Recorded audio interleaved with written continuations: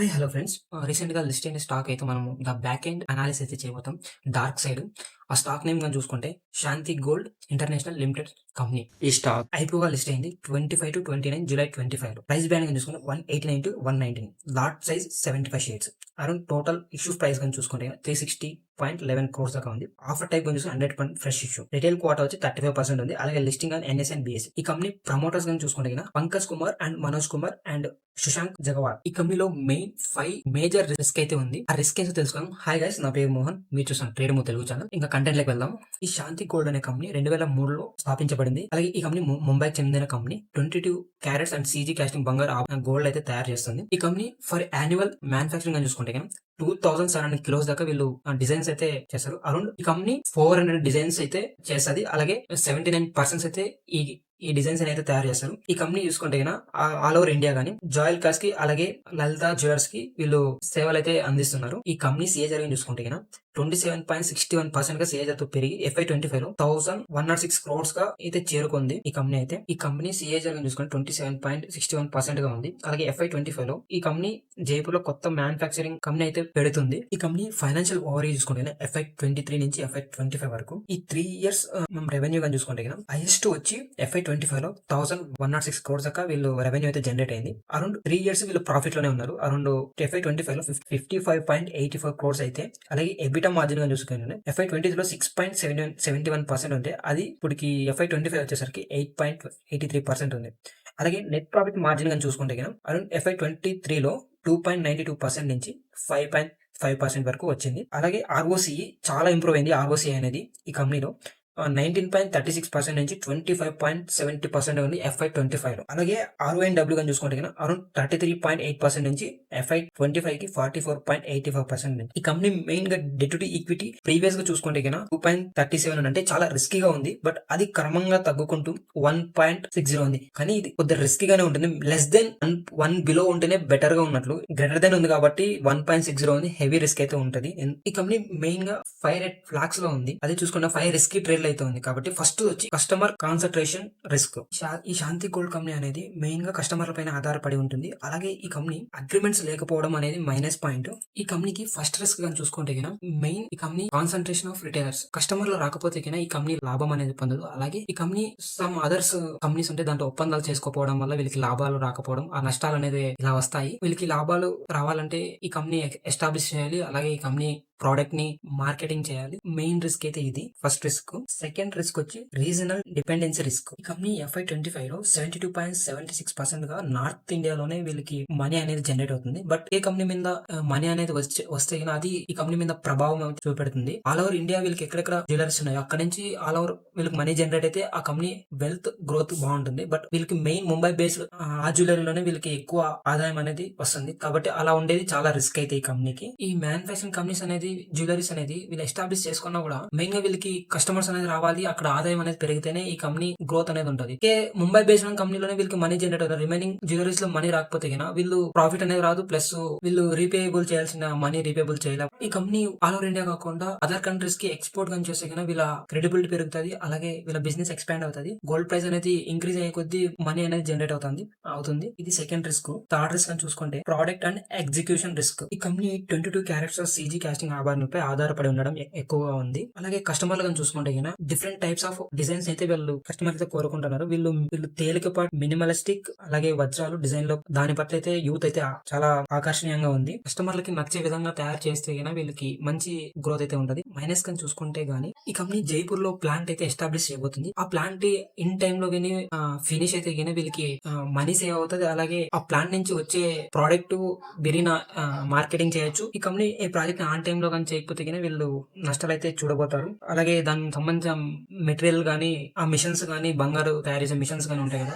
అవి in time కి use చేయకపోతే వీళ్ళకి దాన్ని మెయింటెనెన్స్ కానీ అవి ఏం చేయకపోయినా వీళ్ళు ఇలా అయితే నష్టపోతారు. అలాగే ఈ కంపెనీ రిజల్ట్స్ మీద ఇంపాక్ట్ అయితే పడుతుంది. ఈ ప్లాంట్స్ కానీ ఈ మిషనరీ కానీ ఏదైనా డ్యామేజ్ అయినా కానీ ఇన్ టైంలో కంప్లీట్ అవ్వకపోవడం కానీ అలాగే మార్కెటింగ్ చేయకపోవడం కానీ ఇలా ఏం చేయకపోయినా ఇలా రిజల్ట్స్ మీద ఇంపాక్ట్ పడుతుంది. అలాగే క్యాష్ ఫ్లోస్ తగ్గిపోతాయి. ఇంకా పే చేయాల్సిన బారింగ్స్ అయితే డిలే అయిపోతాయి. దానికి పెనాల్టీస్ చాలా ఎక్సెట్రా అయితే పడుతుంటాయి. మెయిన్ గా ఇది థర్డ్ రిస్కీ ప్రాబ్లమ్. అలాగే ఫోర్త్ రిస్కీ ప్రాబ్లమ్ అని చూసుకుంటే గోల్డ్ ప్రైస్ వోల్టాలిటీ. ఈ గోల్డ్ అనేది 98% రా మెటీరియల్ కాస్ట్ లో ఉంటది. ఈ business highly sensitive fluctuation global gold prices based on fluctuations అవుతుంటాయి gold prices.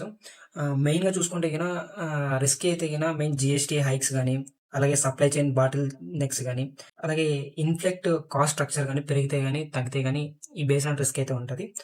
Top 5 suppliers account bulk sourcing అయితే కొద్ది రిస్క్ గా ఉంటుంది. ప్యారల్ సప్లైయర్ కన్స్ట్రక్షన్ అయితే రిస్క్. ప్లేస్ కానీ లాక్ హెడ్జింగ్ చేసుకుంటే మెకానిజమ్స్ కాంపౌండ్స్ వోల్టాలిటీ ఎక్స్పోజర్ అయితే జరుగుతుంది. నెక్స్ట్ ఫిఫ్త్ రిస్క్ అని చూసుకుంటే seasonal revenue and negative cash flow. FY24 దీని యాన్యువల్ రిటర్న్ గా చూసుకుంటే 23% ఉంది. సీజనల్ వైడ్ గా చూసుకుంటే జనవరి నుంచి ఆగస్ట్ నెలలో వీళ్ళకి ఎక్కువగా సేల్ అయ్యే మంత్స్ ఇవి బంగారం కొనేది.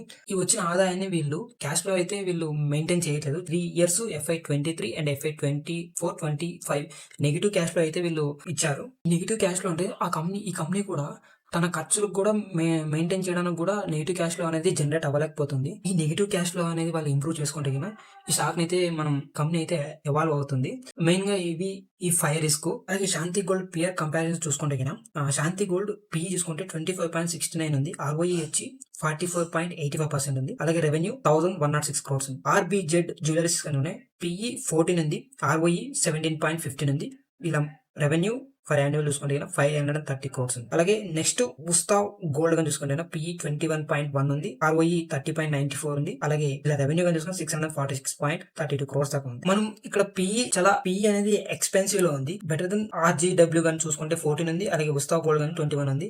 ఇవే బెటర్ గా ఉంది. బట్ కన్సిస్టెంట్ గా ఉండేది వచ్చి అండ్ ఈ రెండు కంపెనీస్ అయితే. కానీ ఈ స్టాక్ అనేది పిఈ వాల్యూ గా చూసుకుంటే ఎక్కువగా ఉంది కాబట్టి మనం PE value 20 below 20 in between ఆ రేంజ్ లో ఉంటే 21 ఈ బిట్వీన్ రేంజ్ లో ఉంటే బెస్ట్ గా ఉంటుంది. బట్ కంపారిజన్ అయితే అలాగే RBZ జ్యువెలరీస్ అలాగే ఉస్తావ్ గోల్డ్ అయితే ఈ పిఈ పరంగా అయితే బాగుంది. అలాగే ఇక్కడ మనం మెయిన్ గా ROE అనేది ఓన్లీ 44.85% శాంతి గోల్డ్ కి అయితే ఉంది.